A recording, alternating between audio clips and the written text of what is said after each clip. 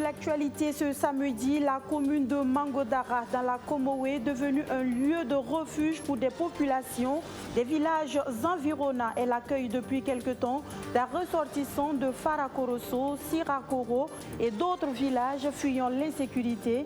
Tout serait parti de menaces terroristes, mais en réalité, la situation était prévisible. Selon le maire de Mangodara, à qui nous avons tendu notre micro, vous l'entendrez dans une poignée de minutes. Et puis, la grande messe du cinéma africain, c'est du 16 au 23 octobre prochain, à moins d'un mois de la tenue du 27e FESPACO. La ministre en charge de la culture était sur le terrain pour s'assurer que les infrastructures culturelles soient prêtes à accueillir les festivaliers. La visite à suivre également dans cette édition. Mesdames, Messieurs, bonjour. Soyez les bienvenus à ce rendez-vous de l'information sur BF1. Et nous prenons tout de suite la direction de Mangodara dans la Comoé, région des Cascades. Depuis quelque temps, cette commune tend à devenir comme Kaya dans le centre-nord. Telma, Farakoroso, Sirakoro et d'autres villages environnants se vident de ces populations suite à des menaces terroristes. Mangodara, devenue la commune refuge, voit donc affluer des déplacés en grand nombre. Cette situation étonne à plus d'un titre selon le maire de la localité qui soutient qu'elle était tout de même prévisible au regard de la tournure des événements depuis 2018. On en sait plus sur cette situation avec Famoro Ouattara, le maire de Mangodara. Mangodara aujourd'hui, en tout cas c'est difficile parce que nous n'aurions pas pensé à ça il y a quelques années de cela pour dire que notre chef-lieu de commune pouvait vivre la situation qu'il vit en ce moment. Donc, compte tenu des problèmes sécuritaires, Mangodara aujourd'hui a reçu énormément de monde venant des autres villages qui, par crainte des hommes armés qui se promènent allègrement dans les villages avec leurs armes, ça crée une psychose, la peur, et ce qui a amené en tout cas le déplacement massif de population de certains villages vers le chef-lieu de la commune qui est Mangodara. C'était prévisible parce que je peux vous dire que depuis 2018, nous n'avons cessé d'alerter nos autorités sur la situation qui était en train de se créer chez nous, dans notre zone. Compte tenu que nous avons beaucoup de forêts ici, il est tout loisir à quelqu'un de venir se cacher dans cette forêt et d'entreprendre en tout cas des opérations en tout cas nuisibles contre nos populations. Nous avons chaque fois alerté en tout cas la hiérarchie et en tout cas l'autorité.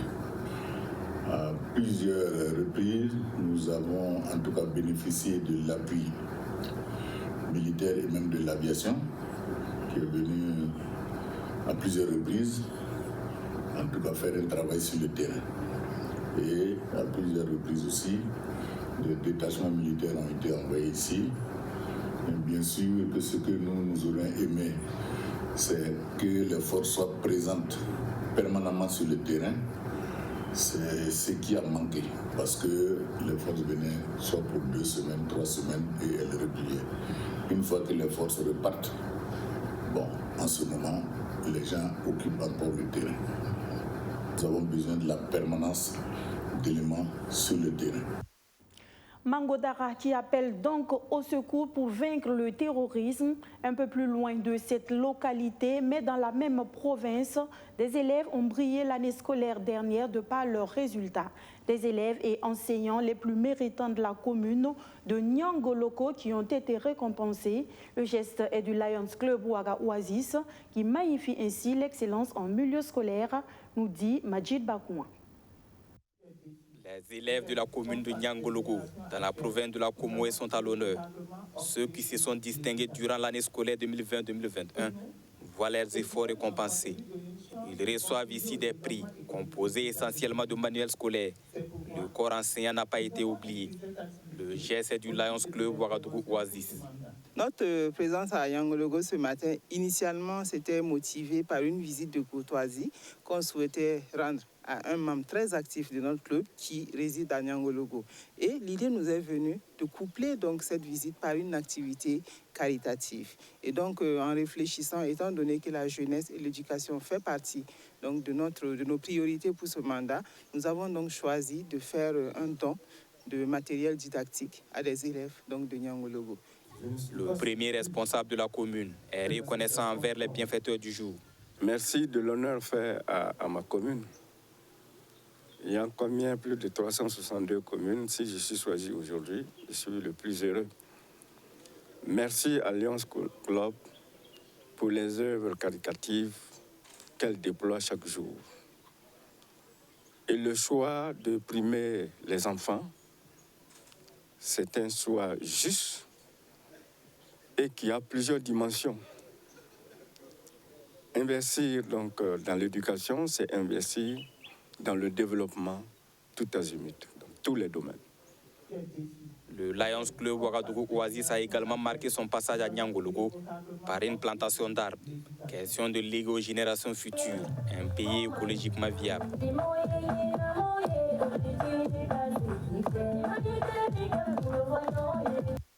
Pendant ce temps, au ministère en charge de l'économie numérique, l'on s'attelle à la mise en place d'un projet de connectivité urbaine pour améliorer l'accès à Internet dans les 3 grandes villes du pays que sont Ouagadougou, Bobo-Dioulasso et Koudougou. Mais avant, il faut une étude de faisabilité, laquelle l'étude est en cours avant son terme. Le porteur du projet procède à sa présentation aux différents acteurs concernés.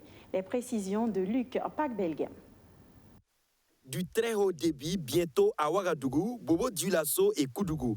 Une étude en vue de la mise en place d'un projet de connectivité urbaine très haut débit pour les 3 plus grandes villes du Burkina est en cours de réalisation dont les points clés suivants.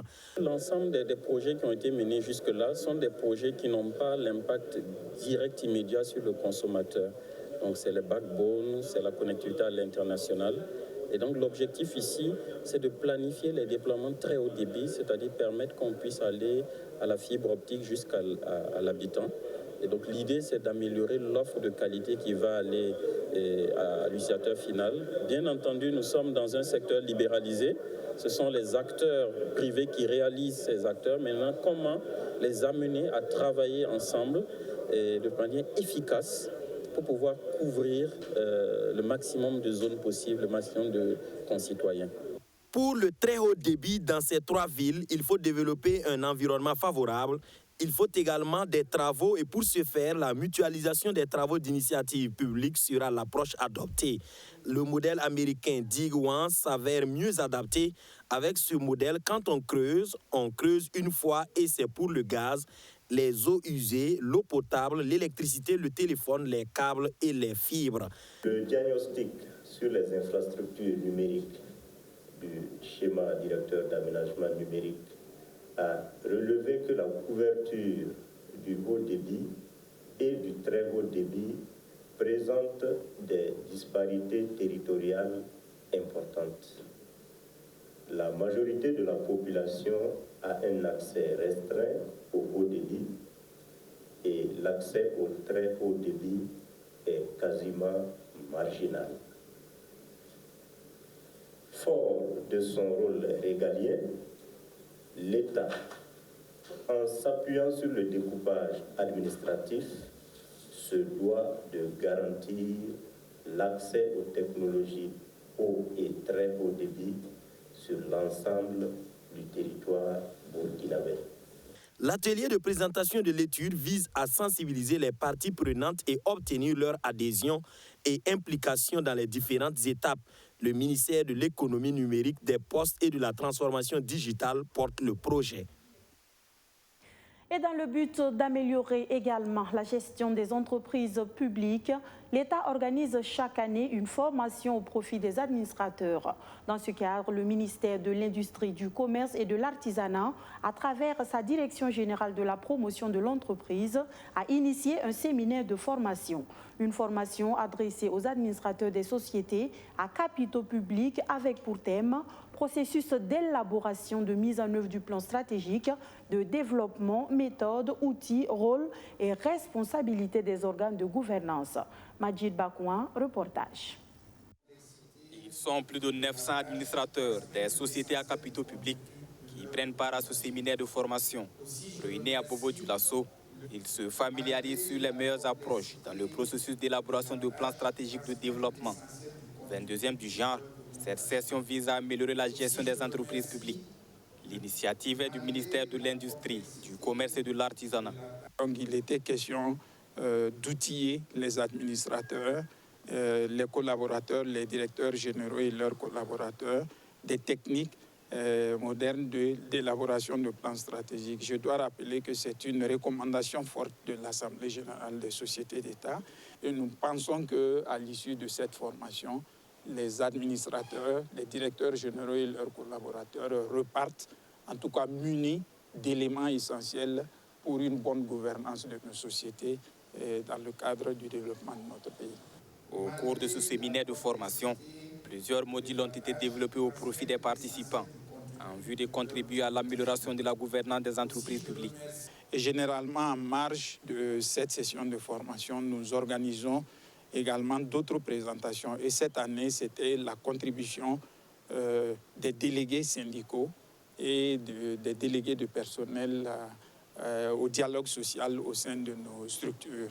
Ça a été l'occasion pour la Direction générale du travail d'apporter des éléments sur déjà les textes existants et comment est-ce que les délégués de personnel qui participent au conseil d'administration des sociétés d'État ou des syndicats, donc les représentants du personnel, comment est-ce qu'ils peuvent contribuer au renforcement du dialogue social. En marge du séminaire, une collecte de sang a été organisée afin de contribuer à sauver des vies dans les formations sanitaires. Les participants ont également effectué une visite touristique sur des sites emblématiques de la ville de Bobo-Dioulasso. Sachez que du 7 au 9 octobre prochain se tiendra l'édition 2021 du Forum national de la jeunesse. Dans un pays qui compte plus de 77% de sa population âgée de moins de 35 ans, il faut le dire, c'est un rendez-vous important. Avant l'échéance, la Direction générale de la jeunesse a donné des précisions sur les thèmes qui seront abordés, notamment la participation des jeunes à la dynamique de réconciliation nationale et de cohésion sociale. Arsène Konditamde nous en dit plus. Après l'édition 2019 à Bobo-Dioulasso, c'est Koudougou qui va accueillir la prochaine édition du Forum national de la jeunesse. Du 7 au 9 octobre 2021, la cité du Cavalier Rouge sera la capitale de la jeunesse burkinabé. L'édition 2021 du Forum va mettre la réconciliation nationale au cœur de cette célébration. Les jeunes veulent prendre une part active au processus de réconciliation nationale, si cher à l'exécutif burkinabé. Le choix de ce thème traduit donc la nécessité de placer les jeunes au cœur du processus de réconciliation nationale enclenché par le gouvernement. La réconciliation étant un processus qui devrait impliquer toutes les catégories sociales, professionnelles et confessionnelles du pays, il serait donc pertinent d'interroger la jeunesse sur cette importante question en vue de recueillir sa contribution et de faire d'elle une véritable actrice donc du processus. À ce jour, tous les petits plats ont été mis dans les grands pour que cette journée se passe dans les meilleures conditions. Des conférences sont prévues avec des membres du gouvernement sur certaines thématiques liées à leur département. Outre cela, de nombreuses autres activités sont prévues pour meubler ces journées. Il y a le Salon de la créativité et de l'innovation qui est à sa 2e édition et qui permettra de valoriser le savoir et le savoir-faire donc des promoteurs, des jeunes entrepreneurs. Il y a les concertations entre les jeunes. Et ces concertations vont être faites sous forme de caucus pour permettre aux jeunes donc, de réfléchir sur leurs préoccupations afin de retenir donc, celles à exposer à son Excellence, Monsieur le Président du Faso et aux membres du gouvernement.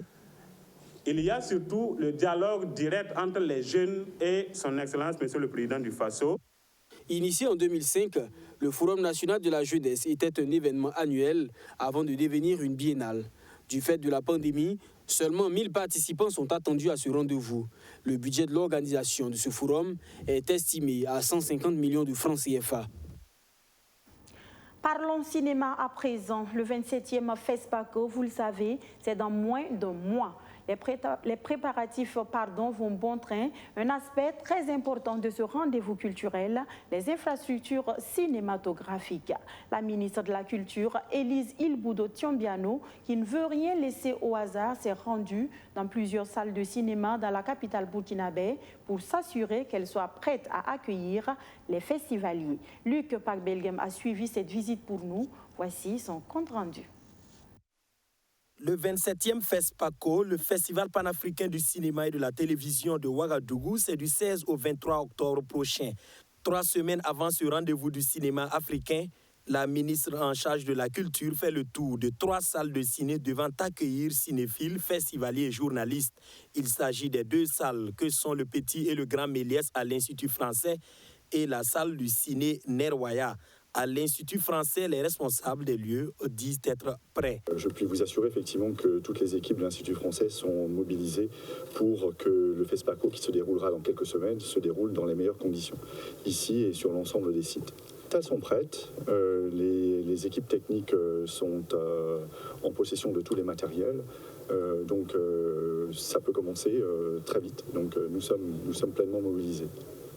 Non loin de l'Institut français, le ciné Nerwaya. Cette salle compte 1066 places et une salle VIP. Après de 35 ans d'existence, le ciné Nerwaya est expérimenté dans la projection de films. Je dirais moi personnellement que je suis satisfait.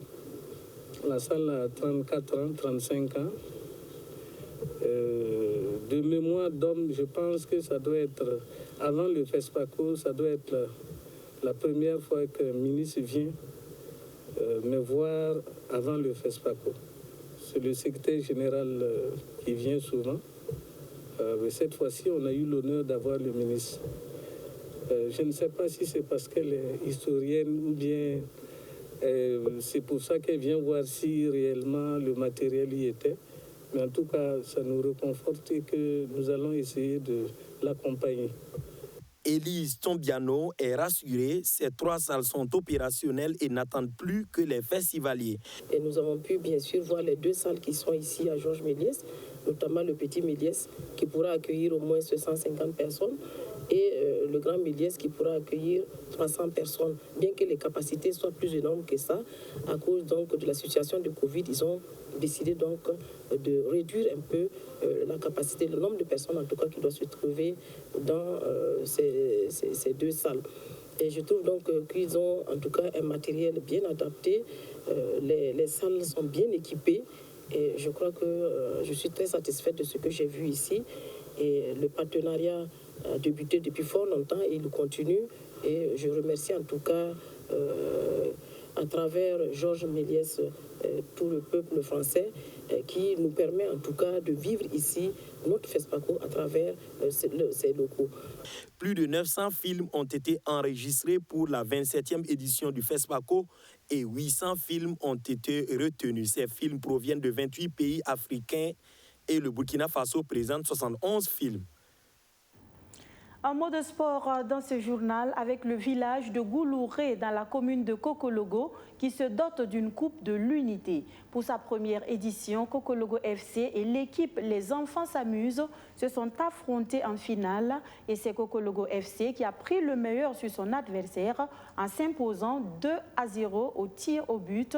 L'objectif de cette compétition, comme son nom l'indique, est de susciter l'unité entre fils et filles du village de Goulouré pour un développement pacifique. Les précisions de Arsène Konditamde.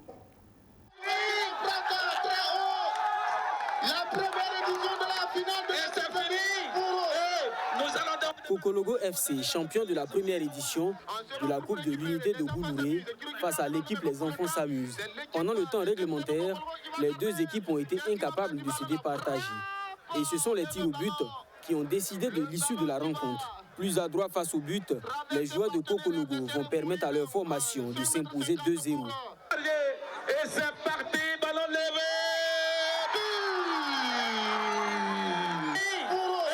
Nous allons donc demander ton amour, vous allez battre quel lien de C'était deux équipes qui sont affrontées, mais aujourd'hui, c'était l'équipe de Kokologo FC contre l'équipe des enfants Samis qui sont affrontés, mais au finish, l'équipe de Kokologo était vainqueur de cette compétition et je suis content d'avoir cette trophée.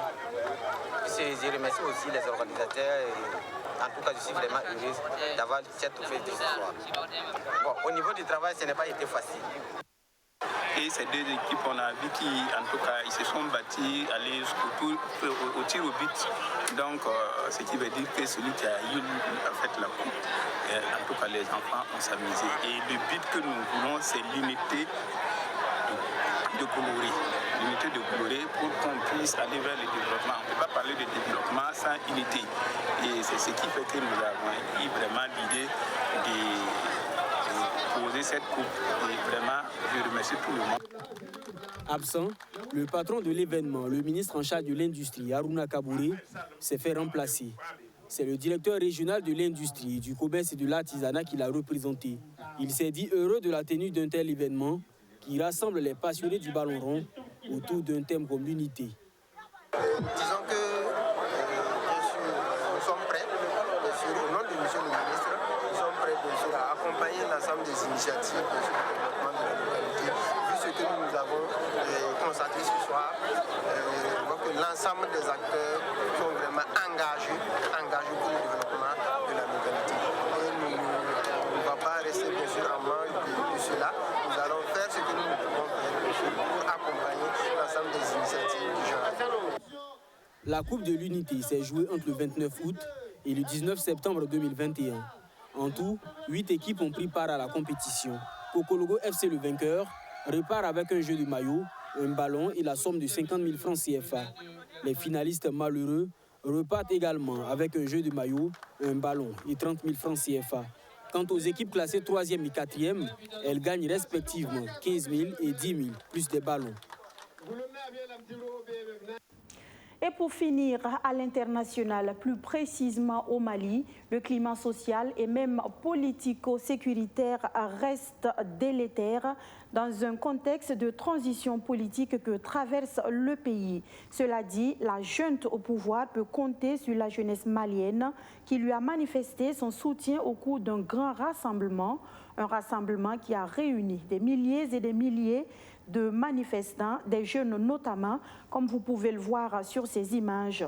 Une manifestation pour dire non au diktat des forces étrangères installées sur le territoire malien. Les manifestants ont revendiqué la souveraineté du Mali à choisir ses alliés en réponse à l'affaire signature probable d'un contrat entre le Mali et la société militaire privée russe Wagner, ce qui, vous vous en souviendrez, a provoqué la colère de la France.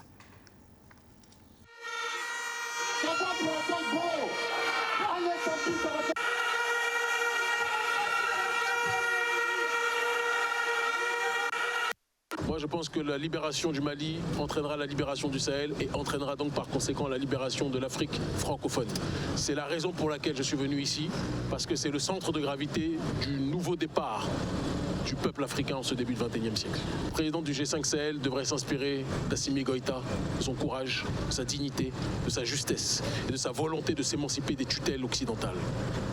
D'abord, cette manifestation, elle fait partie de l'aboutissement d'un processus qu'ils ont mis en place pour faire dégager la France. Comme vous le savez, notre mouvement est un mouvement qui s'est acharné contre la politique criminelle française et pour faire appel à une coopération, à un partenariat avec les Russes. Plus précisément, nous avons choisi que notre politique de défense ne dépende plus de la France, ni de Barkhane, ni de l'amusement, ni de personne. Nous voulons que notre politique de défense dépende de nous-mêmes. C'est pour cela que nous sommes allés prendre notre argent pour aller acheter des services d'une société de militaires, de sécurité et de défense qu'on appelle Wagner. La jeunesse malienne aujourd'hui est en train de se retrouver pour se mettre debout. Nous resterons debout pour libérer notre territoire. Aujourd'hui, la grande question de notre époque, c'est la libération de l'ensemble de notre territoire. Il n'y a qu'un seul agenda, c'est l'agenda du Mali qui doit primer. Personne ne libérera ce pays à notre place. Nous demandons à la jeunesse malienne de Kaï jusqu'à Kidal, Labezanga, où vous voulez, que cette jeunesse s'engage dans l'armée pour aller libérer le territoire de nos ancêtres. C'est ça notre défi, c'est ça notre challenge et nous nous battrons, quoi qu'il advienne. Les 61 ans de domination, 61 ans d'obstacles, 61 ans d'oppression. Aujourd'hui, les Maliens symbolisent cette date historique pour dire non à l'ingérence dans les affaires internes des pays. Avec respect, avec considération. Les Maliens interpellent la communauté internationale parce qu'elle est responsable aussi de ce qui se passe au Mali. Ce qui se passe au Mali est fait devant le nez et les yeux de la communauté internationale. Aujourd'hui, on a plus de 15 000 morts. 400 villages sont détruits du territoire malien. Et jusqu'à présent, la paix ne revient pas. Et c'est une manière de dire à Barkhane de revoir sa position. Une équipe qui ne gagne pas se change. Voilà quelques manifestants très révoltés par la situation au Mali que vous venez d'entendre. C'est la fin de cette session d'information. C'est également la fin d'une semaine de présentation pour moi. Merci à vous d'être restés en notre compagnie. Toute l'équipe technique et rédactionnelle se joint à moi pour vous souhaiter de passer un agréable week-end, bien sûr en compagnie des programmes de la chaîne au cœur de nos défis. Je vous dis à très vite sur BF1. D'ici là, prenez bien soin de vous et des autres autour de vous. Bonsoir.